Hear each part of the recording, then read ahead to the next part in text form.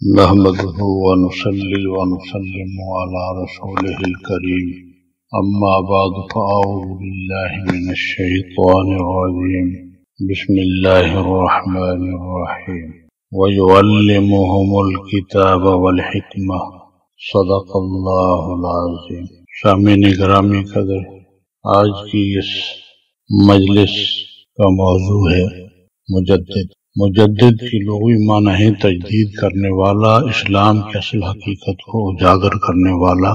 اصطلاحی معنوں میں وہ وارث رسول صلی اللہ علیہ وسلم جو اسلامی تعلیمات میں شامل ہونے والی بدعات اور باطلہ رسوم و رواج کو ختم کر کے دین اسلام کی اصل حقیقت کو اجاگر کرے، مجدد ہے۔ تجدید دین سے مراد کسی نئی بات کو دین میں شامل کرنا یا اس کے قوانین اور اصولوں کو بدلنا نہیں، بلکہ دین اسلام سے خود ساختہ باتوں کو ختم کرنا ہے تاکہ دین اسلام کا حقیقی حسن بھی مجروح نہ ہو اور اس کی اصل روح بھی اجاگر ہو جائے۔ خود ساختہ تعلیمات اور ناقص تربیت سے مسلمانوں میں پیدا ہونے والی ناہمواریوں، پیچیدگیوں اور دینی مسائل کا آسان حل اور دین اسلام کی اصل روح کو پیش کرنا مجدد کی ذمہ داری ہے۔ مجدد کی تعلیم و تربیت میں محمدی صلی اللہ علیہ وسلم اثر اور تاثیر کی جھلک نظر آتی ہے۔ وہ انسانیت کا ہمدرد اور غمخوار ہوتا ہے۔ مجدد کی تربیت سے مادی امراض کا خاتمہ اور قرآن و سنت پر عمل نصیب ہوتا ہے۔ الغرض مجدد وہ معمار ہے جو وقت اور حالات کے تقاضوں کے عین مطابق دین اسلام کی تجدید کرتا ہے۔ نبی اکرم صلی اللہ علیہ وسلم کا ارشاد گرامی ہے، ان اللہ یبعث علی رأس کل مئۃ سنۃ من یجدد لہا دینہا۔ ابو داؤد شریف کی روایت ہے، بے شک اللہ تعالیٰ ہر 100 سال کے پورا ہونے پر اس امت کی رہنمائی کے لیے ایک آدمی بھیجتا ہے جو اس امت کے لیے اس کے دین کی تجدید کرتا ہے۔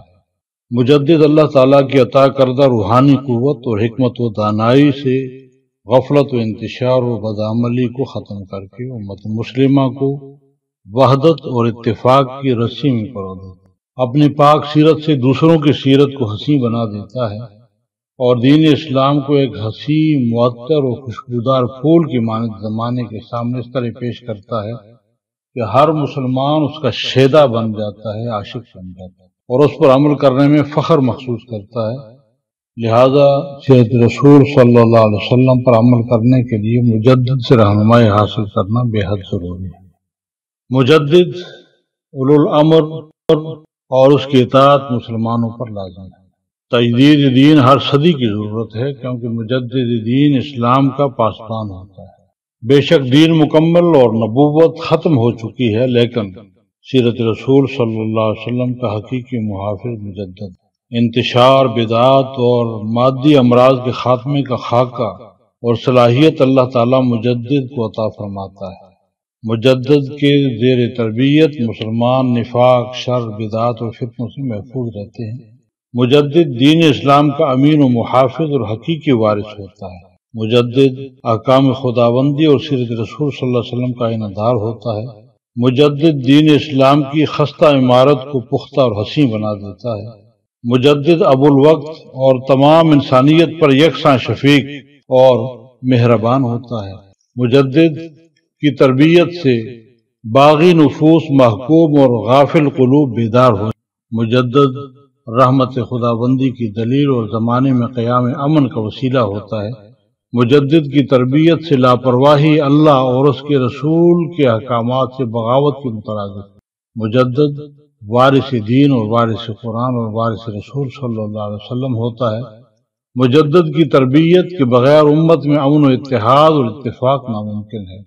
مجدد کی تربیت سے سیرت رسول صلی اللہ علیہ وسلم اور عمل قرآن نصیب ہوتا ہے۔ مجدد کی تربیت سے دین کی سربلندی کے لیے غیرت اور عزم نصیب ہوتا ہے۔ مجدد دین پر عمل کرنے اور دنیا میں رہنے کا سلیقہ سکھاتا ہے۔ مجدد دین اسلام کی تبلیغ اور اشاعت کا حقیقی معلم ہوتا ہے۔ اللہ تعالی ہمیں دین اسلام پہ کاربند رہنے کی توفیق عطا فرمائے۔ وما علینا الا البلاغ۔